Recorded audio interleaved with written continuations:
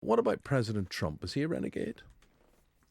I think he's a renegade in the eyes of many people who voted for him. And, when I see what is called the progressive left attacking Trump and saying it's terrible what's happened, I say to them, look in the mirror. Because the reason that someone like Trump could come to power, the reason that these parties are coming to power in Europe, is because so many people have been left voiceless for so long. For instance, if you have what is called political correctness, and we were talking earlier about censorship and what you can hear and what you can say. Political correctness is simply manipulating the population to silence itself. And more we're seeing the Orwellian destruction of free opinion and the free flow of debate on the basis of you can't say that.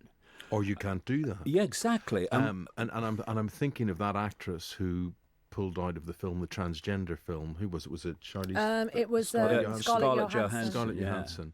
I mean, a lot of public pressure there for her to do that. Well, this is a major area of the suppression of freedom of speech and freedom of opinion. It's the mob. And when you talk, as I'm sure you do, to the general population, you find that their views of these issues are not the same as the mob. But the mob have got very organized, the Twitter stormers. And unfortunately, because so many people, particularly celebrities, are frightened of upsetting people, frightened of losing or tainting their image as they perceive it. In other words, frightened of what other people think. Again and again you see it. They're down on their knees. They're calling for the sackcloth and the ashes. I'm ever so sorry. Please forgive me. And if we go on doing this, if we go on like Scarlett Johansson did, I can understand it, but to pull out, if we keep doing that, then we're handing over power over our lives and our society to the mob, the people that intimidate people into their version of everything. And this is where we are now increasingly. The only right in the eyes of these people is I am right. And because I am right, anyone else that has a different opinion to me must by definition be wrong. And if they're wrong, then their right to freedom of speech is nothing like as important as mine, because it don't matter if they have freedom of speech because they're wrong. This is the process of thinking, or what passes for it, that is increasingly having these vociferous, loud, intimidating people impose their will on everyone else. For instance, if people have a view that you can decide your gender by just deciding it, that is an opinion. And it's opinion that the people have the right to have. But if you say, actually, I'm a man and I don't have breasts, right? And I have dangly bits, women don't. So therefore, there is something in this genetic relationship to sexuality, then that's an equally valid opinion that should be open to free debate. This is the way the mob works, however. You can say, well, yes, you just decide your gender. Fair enough, it's your opinion. You should have it. But the other opinion's not allowed. Yeah, and there's a simple thing, just very quickly. A doctor last week who was Eamonn. sacked because scientifically he wouldn't agree to that. Yeah. So if you wake up and you say, well, I'm Edwina, not Eamonn, he said, I can't recognise that. Yeah. But he got sacked for not taking that into account. Exactly. And that's how this browbeating into submission and intimidation works. And we are seeing the mob increasingly imposing its will. I mean, I don't have any political sympathy with what's called the far right. But I do have sympathy with freedom of speech. And I certainly don't have sympathy with people that call themselves left, like Antifa, who go to meetings of people they disagree with and knock the crap out of them. This is the world we're moving into. It's so polarized, and it's so I am right on one side and I am right on the other. Who's ruling? And the truth is always in the shades of grey. That's what we miss. Who's ruling this world that we're in? You often talk about the global elite. Has Trump joined that global elite? Is Theresa May part of that global elite? Is Angela Merkel? By the time you get to that level, you're talking here today, gone tomorrow puppets, mate. And if you're going to hide what I call the permanent government, what is increasingly now in mainstream society called the deep state, then we've got to understand that the focus of attention on the here today, gone tomorrow politicians is diverting attention to where the real power is.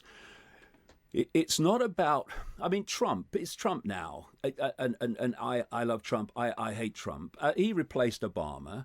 Someone will replace Trump, and they come and they go. The permanent government doesn't go. At the top of the pyramid, you've got this network of people. Very few people compared with the global population. It's laughable. Then you've got the secret society network through which it manipulates, but keeping secret that this cabal exists. Under that, you've got control of finance. And note, every thing I'm mentioning doesn't come and go. It's always there. So you come through finance. And what does finance do? It dictates choice. If you say to people, what would you like to do with your life? And they say this, and I say, why aren't you doing it? They say, I ain't got the money, mate. So you control choice for the population by controlling the money. Then you come down and you hit the military. The military's always there. When you travel around America, I'm sure you've seen it too, Eamonn. There's forts everywhere. The amount of land that's occupied by the American military is staggering. And of course, it's got a budget. I think it's up to 10 countries, the 10 next countries with the biggest military budgets, before you equal the military budget of the United States. So it's fantastically funded.